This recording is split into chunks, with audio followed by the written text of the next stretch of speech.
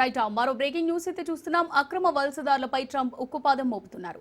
ఇప్పటికే అక్రమ వలసదారులతో ఒక విమానం ఇండియాకు చేరుకోగా ఇప్పుడు కాసేపట్లో భారత్ కు మరో అక్రమ వలసదారుల విమానం చేరుకోనుంది. C-17 గ్లోబ్ మాస్టర్ 3 విమానం అమృత్సర్ చేరుకోనుంది.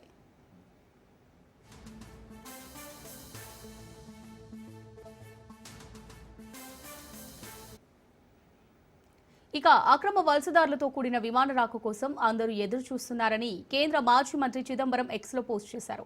అమెరికా నుంచి బహిష్కరణకు గురైన వారి చేతులకు సంకెళ్లు, పాదాలకు తాళ్లు కట్టి ఉంటాయా అనే సందేహాలు వ్యక్తమవుతున్నాయంటూ ట్వీట్లో పేర్కొన్నారు.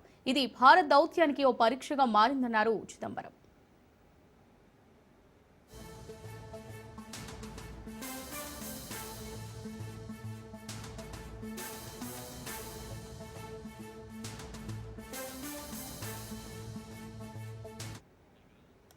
అక్రమ వలసదారులపై ట్రంప్ ఉక్కుపాదం మోపుతున్నారు. ఇప్పటికే అక్రమ వలసదారులతో ఒక విమానం ఇండియాకు చేరుకోగా ఇప్పుడు కాసేపట్లో భారత్ కు మరో అక్రమ వలసదారుల విమానం చేరుకోనుంది.